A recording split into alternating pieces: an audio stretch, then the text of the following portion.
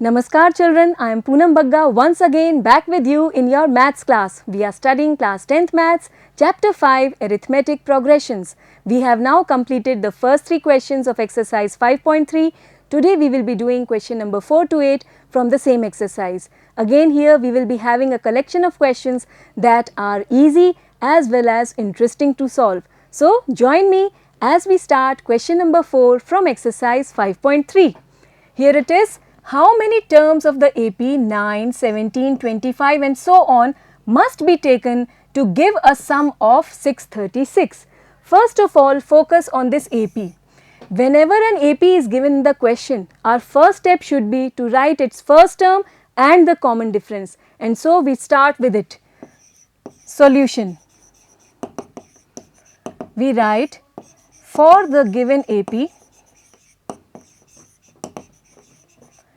the first term A, it is equal to 9 and the common difference D, it is given as A2 minus A1. We can get the common difference by subtracting one term from its next succeeding term. बाद वाली term में से पहली वाली term minus करके हम common difference find out कर सकते हैं. तो either we can take it as A2 minus A1 or we can take it as A3 minus A2. In both ways we get the value of common difference. Here I am taking it as A2 minus A1. This gives me equal to 17 minus 9 equal to 8. So the common difference D is equal to 8. Now we know the first term and the common difference. Again we go back to the question. How many terms of the AP must be taken to give a sum of 636? Whenever such a question is asked, we should answer this question in terms of n. n की terms में answer देते हैं. How many terms? हम मान लेते हैं n terms. तो n terms of the AP must be taken to give a sum of 636. So here we write, let the sum of n terms be 636. और इसी को अगर हम नोटेशन फॉर्म में लिखें तो कैसे रिप्रेजेंट करेंगे? Sn equal to 636. और यहाँ से हमें रास्ता समझ में आ रहा है कि कैसे चलना है. ऑब्वियसली Sn का फॉर्मूला हमें पता है तो उसी से चलते हैं. We know Sn is equal to n by 2 into 2a plus n minus 1 into d and this is equal to 636. यहाँ पर हमें फर्स्ट टर्म और कॉमन डिफरेंस पता है इसलिए हमने Sn का ये फॉर्मूला चूज किया है. Now just place in the values of a and d. This gives us n by 2 into 2a. a is 9 so 2 into 9 plus n minus 1 into d which is 8. This is equal to 636. Now we need to solve it. This gives us n by 2 into 2 nines are 18 plus here we can open the bracket 8n minus 8 equal to 636. ठीक है, 8n हो गया यहाँ पे n से multiply करने पर और 8 into minus 1 will be minus 8. This gives us n by 2 into 18 minus 8 it will be 10 plus 8n equal to 636. यहाँ आप देखेंगे 10 और 8 दोनों ही केस में 2 कॉमन ले सकते हैं हम तो ये मिल जाएगा हमें n by 2 into 2 and within the bracket we will have 2 5s are 10 and 4s are 8. So 4n here. This is equal to 636. Now this 2 and 2 will be cancelled. We will have it as we take the next page n into 5 plus 4n equal to 636. देखिए आप 2 से 2 cancel हो गया n into 5 plus 4n equal to 636. Now multiply by n it will give us 5n plus 4n square equal to 636. यहाँ से हम standard form में लिखते हैं हाईएस्ट पावर पहले 4n square plus 5n और 636 को हम ले आते हैं LHS में. This is equal to 0. Now this is a quadratic equation in variable n. To solve this we will first multiply 4 and 636. 4 से multiply करते हैं it will be 6 4s are 24 2 carried here 14 1 carried it will be 2544. Now we need to find the factors of 2544 such that their sum or difference comes out equal to 5 and obviously the difference should be equal to 5. तो इसके factors कैसे ढूंढें? Prime factors करते हैं 2, 5, 4, 4 के. Dividing by 2, 1 time 2, 7 and 2. Again by 2, 6, 3, 6. Again by 2, 3s are 6, 1 and 2 8s are 16. Again by 2, 2 1s are 2, 5s are 10 and 9 times 18. And this will go by 3, 5 times and 3 times. And 53 is a prime number, so it will go 1 time. Now these are the factors of 2544. और यहाँ पर देखिए ये तो 53 है, इन सब का product क्या आ रहा है वो देखिए आप. This is 2 raised to power 4 which is 16 into 3 it is 48. 53 into 48 and their difference is equal to 5.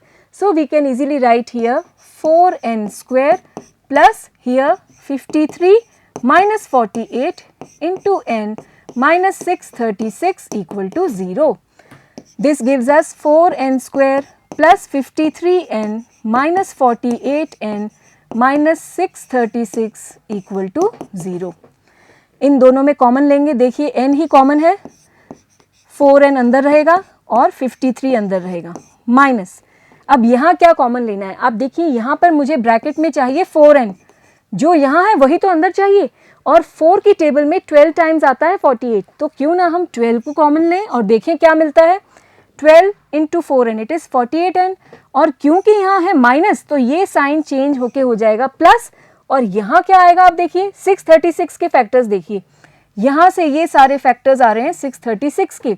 और आप देखेंगे ये कितना है, 2 2s are 4, 4 3s are 12. 12 into 53 it is giving 636. तो 12 into 53, 12 कॉमन है, अंदर आ जाएगा आपका 53.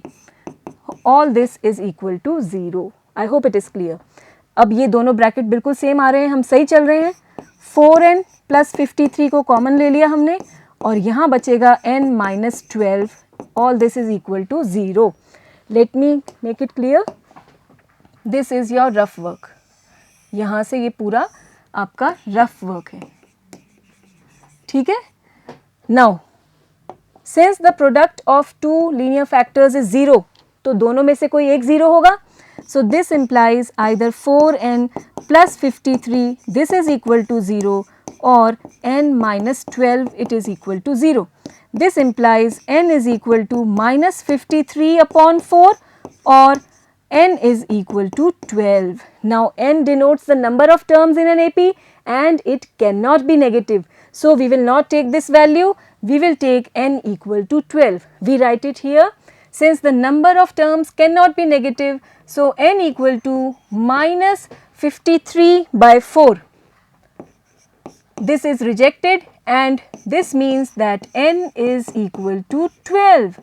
And this was the question कि कितनी terms लें जिनका sum हो 636. So we write here the sum of 12 terms gives 636 and this is the answer. Okay, I hope the question is clear. We take the next one. This is question number 5. The first term of an AP is 5, the last term is 45 and the sum is 400. Find the number of terms and the common difference.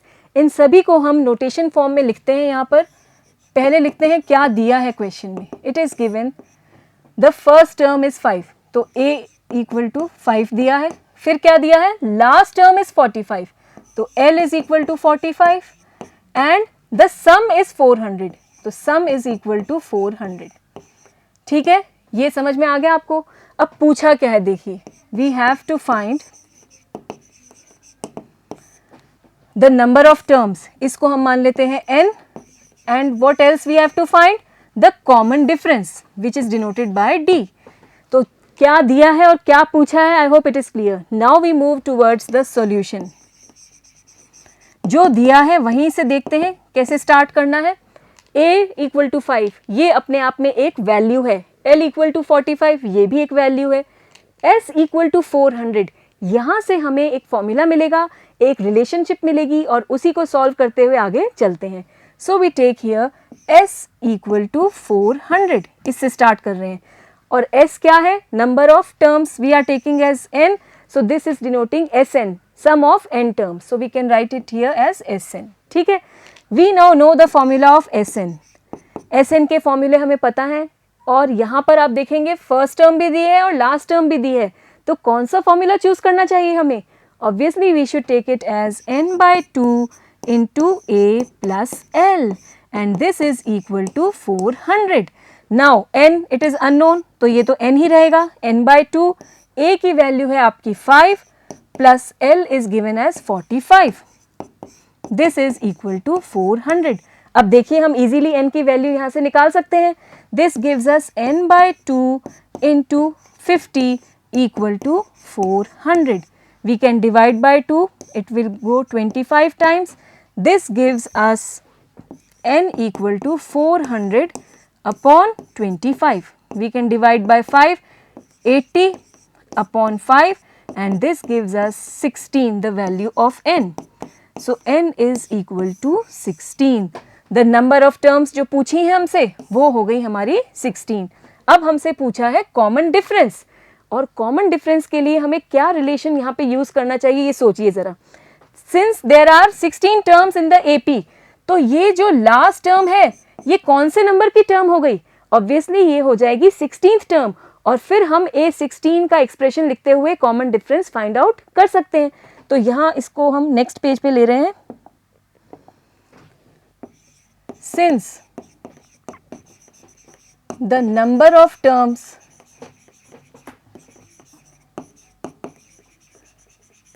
is 16, this implies that L, the last term, it is nothing but the 16th term and this is equal to 45.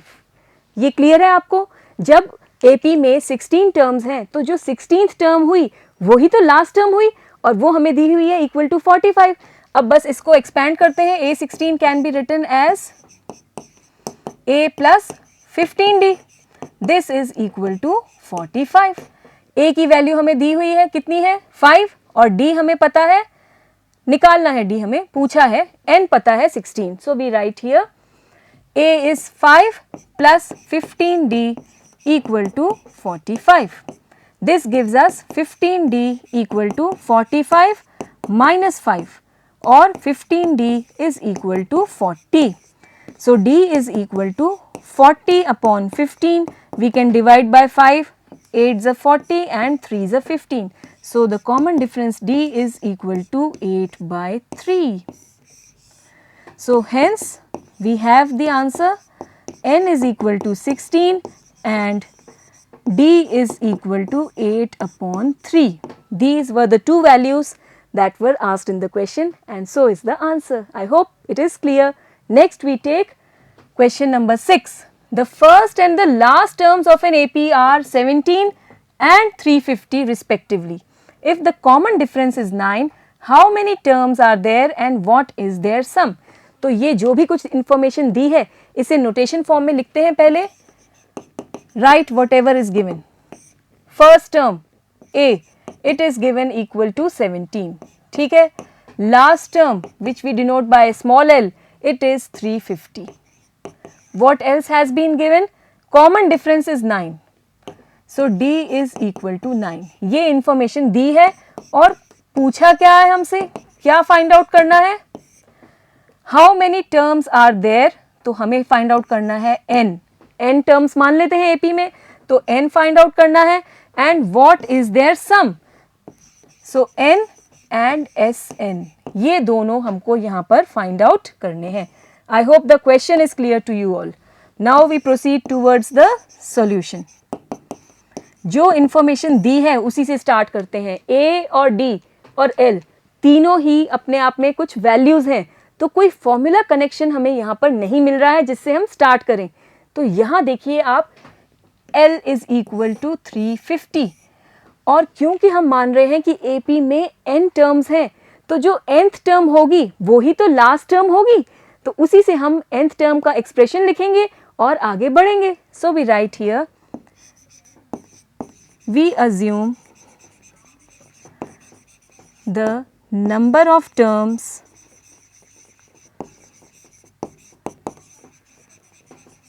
to be n. ठीक है, then the last term it will be the nth term and this is nothing but equal to 350. ये समझना बहुत ज़रूरी है. अब आगे हम बढ़ सकते हैं. a n is nothing but a plus n minus 1 into d and this is equal to 350. यहाँ से हम a की वैल्यू रख सकते हैं 17 प्लस n minus 1 और d की वैल्यू रख सकते हैं 9. This is equal to 350. देखिए अब हम इजीली n की वैल्यू फाइंड आउट कर सकते हैं. This gives us 17 plus we can multiply it 9n minus 9 equal to 350. ठीक है, सॉल्व करिए यहाँ से. What we will get 17 minus 9 it will be 8 plus 9n equal to 350. This gives us 9n equal to 350 minus 8.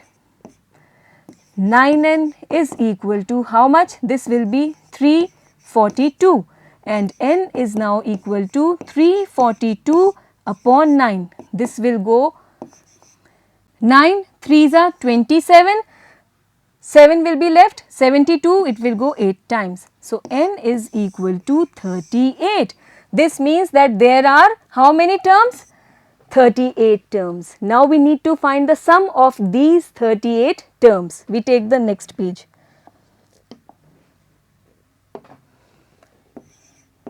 Sum of 38. These are the first 38 terms of the AP. This is equal to S38. Okay, we need to find it. For it we use the formula Sn equal to, just have a look which formula should we select. We know the first term and the last term. So, why not to choose the formula Sn equal to n by 2 into a plus l. क्योंकि हमें first term और last term दोनों पता है तो obviously हमें यही formula choose करना चाहिए जिससे हमारी कैलकुलेशन इजीली हो जाए. We now know S38 is equal to 38 upon 2 into A which is given as 17 and L is 350. So, 17 plus 350. This is 19. 38 upon 2 is 19 into, just add the two numbers 7 then 6 and 3. Multiply the two numbers 367 into 19. 9 7s are 63.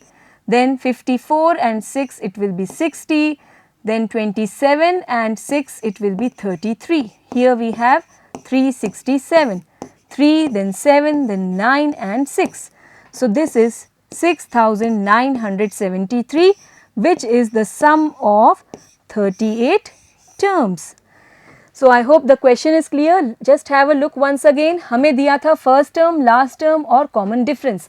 अब first term और common difference ये तो अपने आप में दो values हैं, लेकिन जो लास्ट टर्म है ये nth टर्म को भी डिनोट कर रही है. अगर हम मान रहे हैं कि AP में n टर्म्स हैं तो क्योंकि लास्ट टर्म nth टर्म है तो nth टर्म का फॉर्मूला लिखा, इसमें A और D की वैल्यूज़ रखी और सॉल्व करने पर n की वैल्यू मिल गई हमें 38 और फिर इजीली हमने 38 टर्म्स का सम फाइंड आउट कर लिया using the formula n by 2 into A plus L because we know the first term and the last term. Easily we solved it. We move towards the next question. Question 7. Find the sum of first 22 terms of an AP in which D is equal to 7 and 22nd term is 149. Again first write whatever is given. क्या दिया है देखिए, D is equal to 7. Then 22nd term जिसको हम denote करते हैं A22 से, it is equal to 149. ठीक है, ये दो वैल्यूज दी हैं और हमें पूछा क्या है, we have to find the sum of first 22 terms which we denote as S22. ठीक है, वी बिगिन द सॉल्यूशन. फिर से जो इन्फॉर्मेशन दी है उसी पर चलते हैं. D अपने आप में एक वैल्यू है, A22 से हमें एक एक्सप्रेशन मिल जाएगा और हम उसको सॉल्व कर सकते हैं. देखिए आप, we know AN is equal to A plus n minus 1 into D और इससे A22 क्या हो जाएगा, A plus 22 minus 1 that is 21 D. This is equal to 149. यहाँ पर आप d की वैल्यू रख सकते हैं. This will give you a plus 21 into 7. d is 7, तो d की जगह 7 रख दिया. This is equal to 149. a plus this will be 147 equal to 149 और a is equal to 149 minus 147. a is equal to 2. यहाँ से हमें फर्स्ट टर्म मिल गई a इक्वल टू 2. हमसे पूछा है S22, तो उसके लिए फर्स्ट टर्म तो चाहिए ही थी, तो वो हमें मिल गई है. अब हम इजीली 22 टर्म्स का सम फाइंड आउट कर सकते हैं. Now Sn, this is given as n by 2 into, now have a look, which formula should we use? हमें 22 टर्म्स का सम फाइंड आउट करना है और 22nd टर्म भी हमें दी हुई है, तो यहाँ हमें चूज करना चाहिए formula Sn equal to n by 2 into a plus an, और इससे हमें S22 मिल जाएगा equal to 22 by 2 into a plus the 22nd term. Place in the values. 22 by 2 it will be 11. a is equal to 2. अभी हमने find out किया है a equal to 2 और 22nd term तो हमें दी हुई है 149. This is equal to 11 into 151. Multiply the two numbers. 151 और 151 ये आपका आएगा 1661. 1661. ये आप मल्टीप्लाई कर सकते हैं. कैसे किया है देख लीजिए आप. यहाँ पर 151 इंटू 11 से करेंगे तो इस तरह से आपको मिलेगा. This is the product. Let me erase this rough work. From here we get the required sum of first 22 terms. ठीक है, ये तो इजी था, छोटा सा क्वेश्चन है. I hope it is clear. Next we take question number 8. Find the sum of first 51 terms of an AP whose second and third terms are 14 and 18 respectively. Again start by writing whatever is given. जो दिया है और जो पूछा है वो लिख लेने से हमें एक आइडिया लग जाता है कि क्वेश्चन में आगे कैसे बढ़ना है. तो पहले हम लिखेंगे given work. Second term A2 is 14, third term it's 18. We have to find the sum of first 51 terms. इसको हम डिनोट करेंगे S51 से. ठीक है, now we begin the solution. देखिए A2 दिया है और A3 दिया है, दोनों ही लगातार आने वाली टर्म्स दी हैं और ऐसे में इनका डिफरेंस हमें क्या देता है. Obviously we get the common difference. We write here D is equal to A3 minus A2. बाद वाली टर्म में से पहले वाली टर्म माइनस करके कॉमन डिफरेंस मिलता है and this will give us 18 minus 14 equal to 4.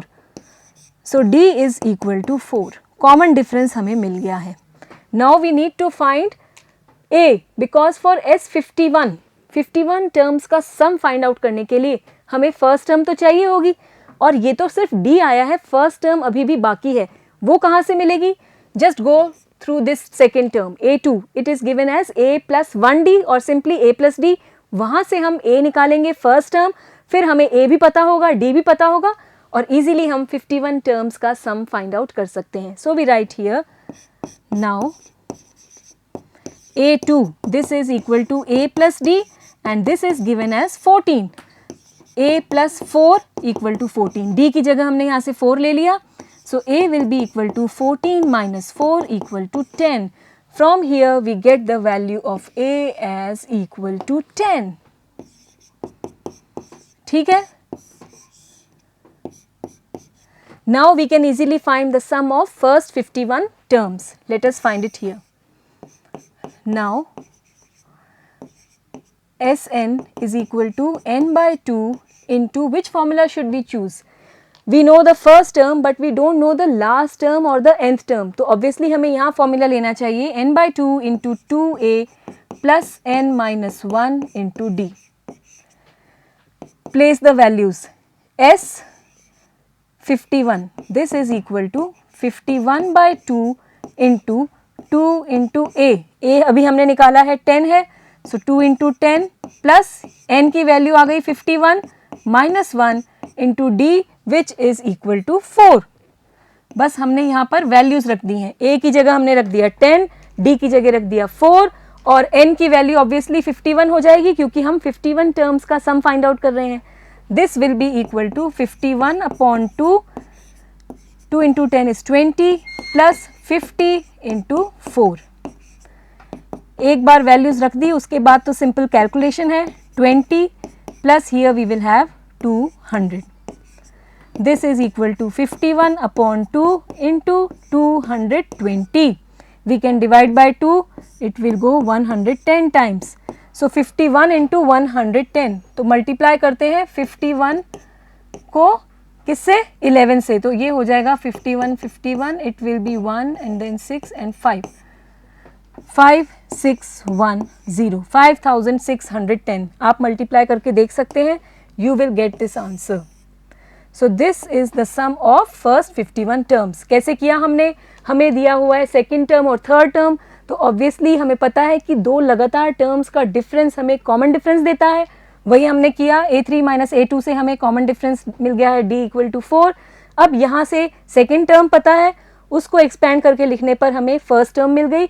जब हमें फर्स्ट टर्म और कॉमन डिफरेंस मिल गया तो ईजिली हम सम फाइंड आउट कर सकते हैं 51 टर्म्स का या जितनी भी टर्म्स का सम हमसे पूछा है, and so this is the answer.